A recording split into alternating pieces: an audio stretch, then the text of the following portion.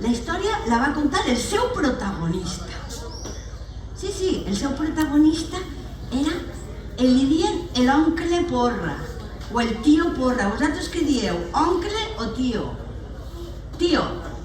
Aleshores dic tio. Hola, què tal? Bé? Sí? Doncs me n'alegra molt, Jo també estic molt bé. Sobretot perquè, mira, avui m'han deixat posar-li alguna a la bota.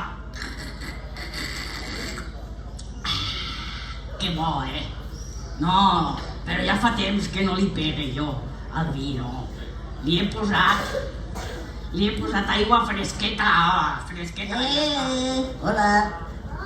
Què tal? Esteu bé? Què, us agraden els dimonis? A que molen, Els dimonis són molt divertits, perquè tiren petardos, A que sí? Us agraden els petardos? No? No? Ah, sí? Doncs els petardos els portem molt malament. No mos deixen estar per ahí, a la nostra bola, no. Se'n tenim que anar a l'infern, sí, a l'infern. I clar, a mi l'infern no m'agrada. A vosaltres heu estat allí? Sí?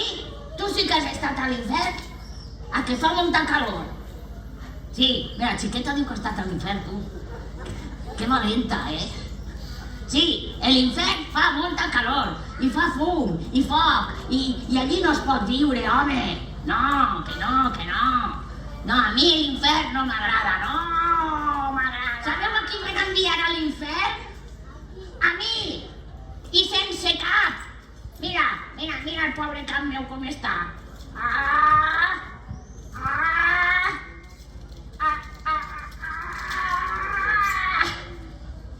Així teniu el meu cap. Ai. Sí, ara regola.